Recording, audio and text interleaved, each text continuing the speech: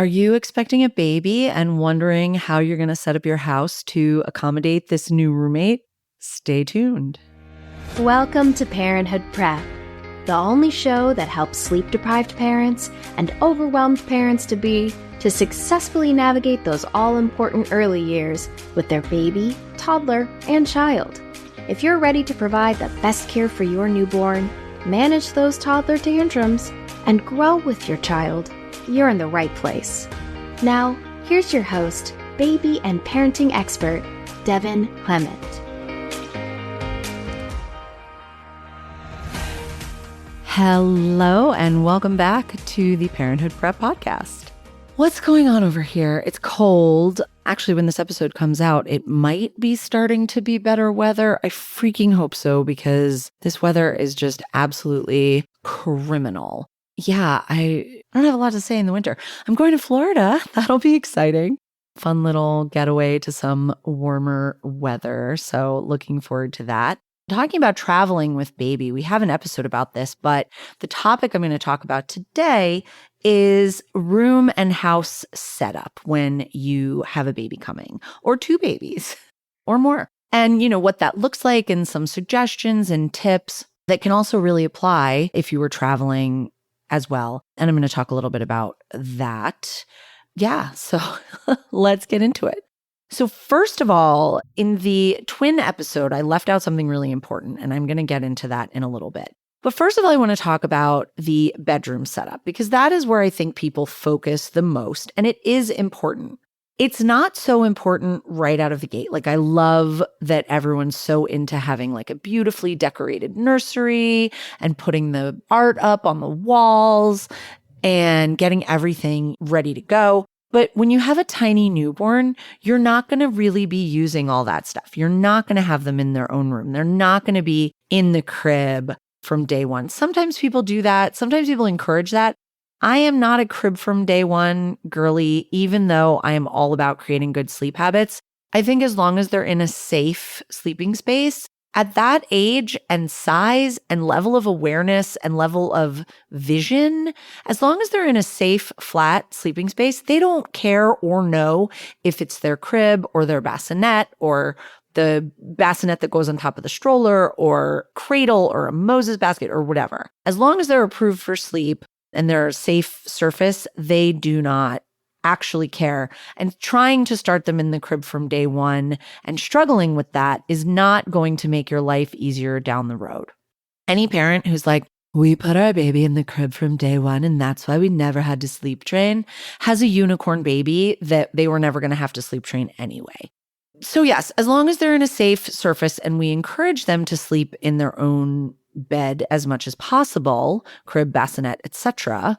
When I say the word bed, that is what I mean, a safe baby bed, not your bed or an adult bed or anything like that, but the place where the baby is sleeping. It is strongly recommended for safety and also just for practicality that you room share with the baby for the first couple of months, year. American Academy of Pediatrics recommends a year. That's up to you, but definitely the first few months, it just makes more sense to be right next to your baby because they need a lot of attention. They need more feedings during the night. They need to be, sort of soothed and tended to more during the night. Does it have to be the baby's parents that are in the room with them? Absolutely not. It can be a caregiver. It can be a newborn care specialist, a postpartum doula. It can be a family member, grandma, whatever. You just want to make sure that whatever adult is sharing the room with the baby is not hindered in any way by maybe like medication that makes them overly sleepy, or they're like blind drunk, or, anything like that.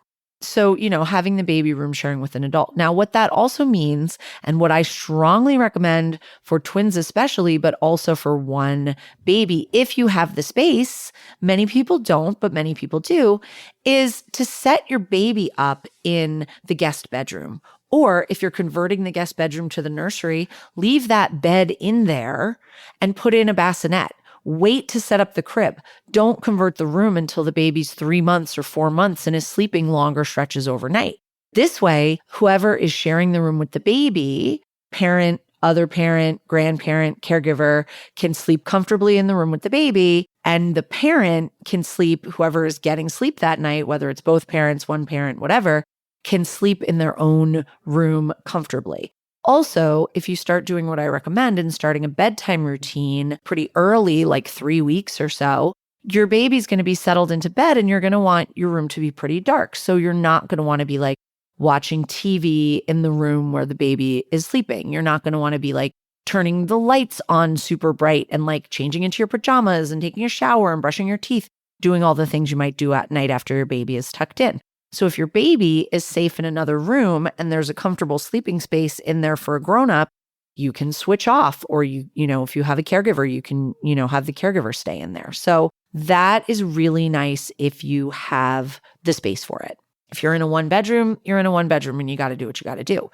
That being said, there is no shame, no harm in putting your baby in the closet, in the bathroom, in any kind of alternate space. I've been in hotel rooms with babies where I put them in the closet area, the bathroom, whatever, because they needed a dark space to sleep starting at 7 p.m. And I wanted to live my life in the room. And I didn't want to wake them up or, have them wake up lightly in the night and see me, so close to them in the bed and then wake up and be like, I want to get up and play with you.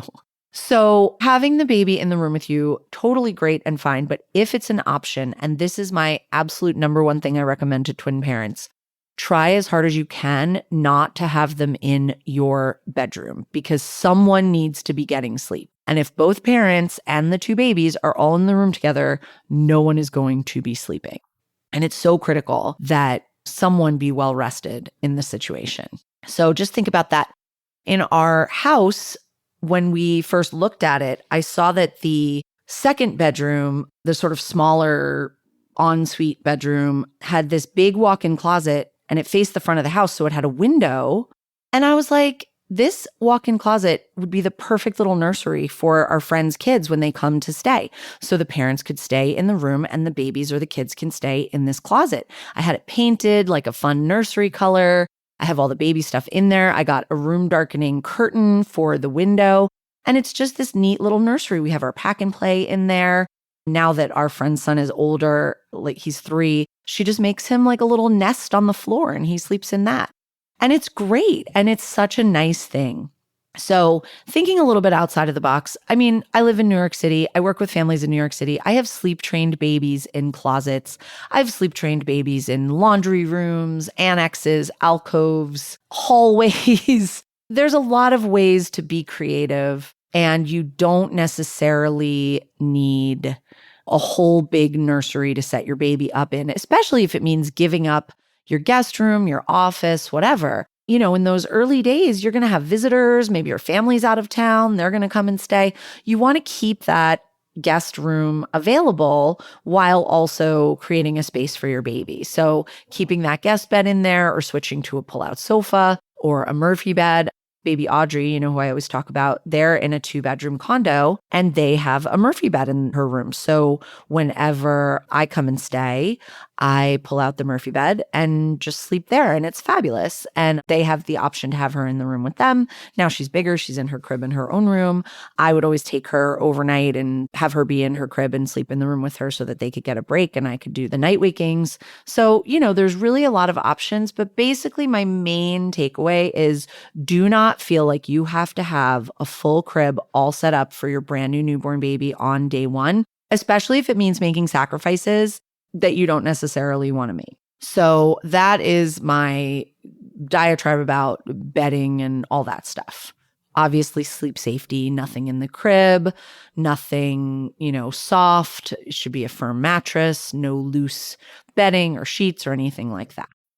What about window treatments? Well, the beauty of having a baby in a closet or a bathroom is that sometimes there are not windows, and then the room is nice and dark. We love a dark room for baby sleep. Now, does this mean that the baby will never be flexible and never sleep in the stroller because they just absolutely can't sleep unless they're in a dark cave, that's the perfect temperature and the perfect white noise and everything? Of course not. We want them to be flexible. But at the same time, they do not sleep as well, especially in the early morning, if their room is super bright. They may take a great nap. They may, have no problem with that. But if the sun is coming up and shining right on their faces and they've had like 8 hours or 9 hours of sleep, they are going to be up and raring to go for the day, even if they have not had enough sleep, which 8 hours or 9 hours of sleep is not enough, especially as they get a little older and into that toddler phase. So I strongly recommend having a room darkening option for baby as well as for yourself. And if they're in your room, you definitely want to get some blackouts, even if you don't already have them. I mean, I'm huge about sleep hygiene, adults sleep training themselves. I think having darkness in your room is just so helpful and so useful and really important for sleep. And listen, at the end of the day, you want your baby to be flexible for travel or, if you're out and about, things like that. But how often are you in a different place as opposed to in your home?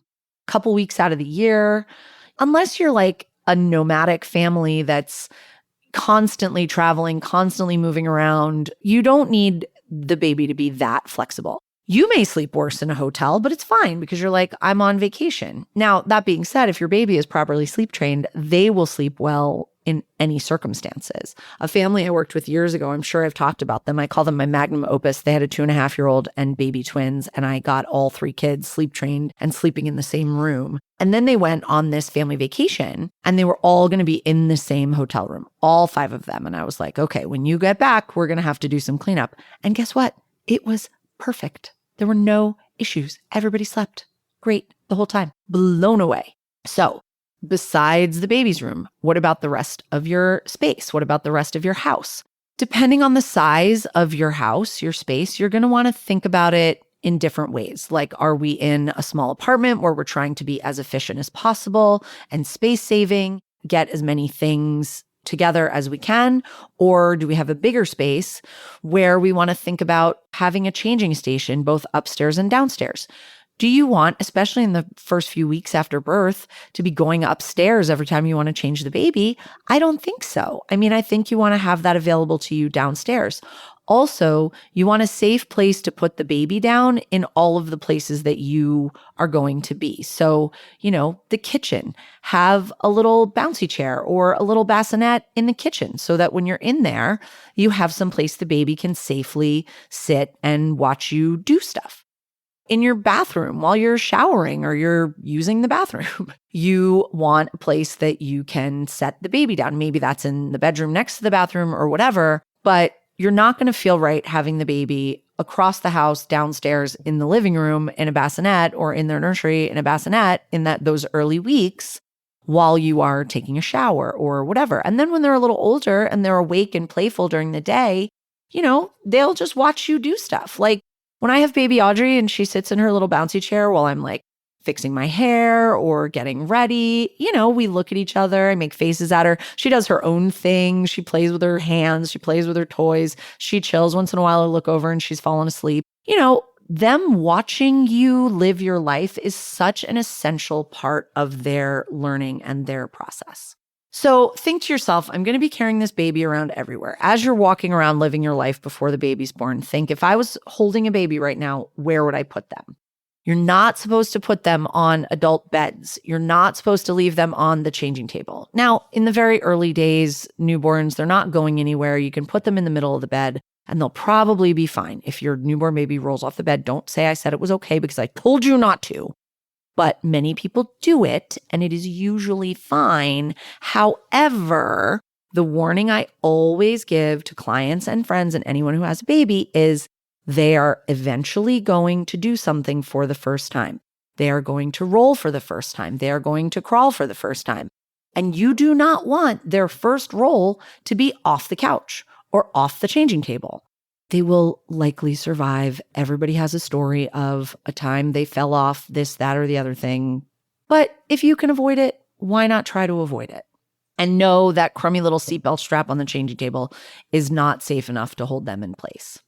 So yeah, think about, even if it's just like a blanket or a mat on the floor is a great place to put a baby. Super safe. You definitely want a barrier between them and the actual floor just for like germs and dirt and stuff like that. But that being said, when they're 7-8 months old and they're crawling around everywhere, they're going to put dog hair in their mouth and eat the cat food and find the dust bunnies and whatever else. And that's totally fine. But, you want a little bit of a softness for them to lay on. So a little rug or a little mat. Also, you want to protect your floors from the baby. I mean, they spit up, they are gross, they drool. So having a little blanket or a play mat or something is great for that. Changing station. A lot of people throw a changing mat on top of a dresser and then you store all the baby stuff in the dresser. That's great. You can get a changing table. They're usually pretty inexpensive and they're great because they hold stuff. You can keep the extra diapers under there, things like that. You don't need like a whole dresser in the middle of your living room if you just get like a little changing table on Facebook Marketplace or something. And that's totally great and fine. You can also just change them like on the bed. Like when we have baby Audrey, I don't have a changing table. I just throw down, I have like a little bath mat I throw down on my bed and I just change her on the bed.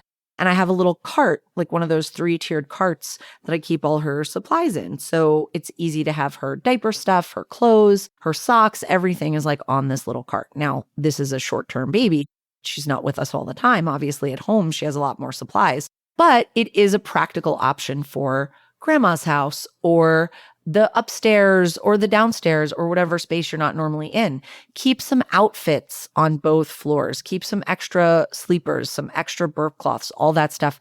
Make sure you are well stocked on both floors because sometimes the last thing you want to do is be like, oh crap, you're on the changing table, you have no diaper on, and we're out of wipes.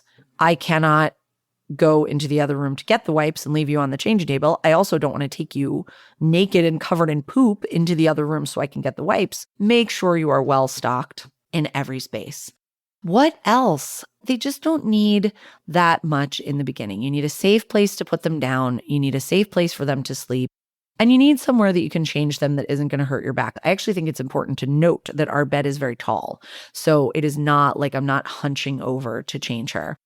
But also like if I have a client where, you know, we're in the guest room with the baby, but the changing table is in the nursery, which is down the hall, I'm just going to bring a travel changing mat or even like a bath towel and some diapers and wipes and diaper cream. And I'm just going to change the baby while I'm sitting on the bed because that makes it so much easier for us. And we don't have to like trek all over the house and wake everybody up walking around. So that's it. That's what you should do. If you have any questions about setting up for a baby or specific needs for your house, let me know. DM us on Instagram at Happy Family After. Leave them in the comments. We love answering your questions. And I look forward to talking to you soon. Bye. To be sure you never miss an episode, be sure to follow in your favorite podcast app. We'd also love to connect with you on social media. You can find us on Instagram at Happy Family After or at our website, happyfamilyafter.com. On our website, you can also leave us a voicemail with any questions or thoughts you might have, and you can roast your baby. Talk to you soon. Thanks for listening to this week's episode of Parenthood Prep.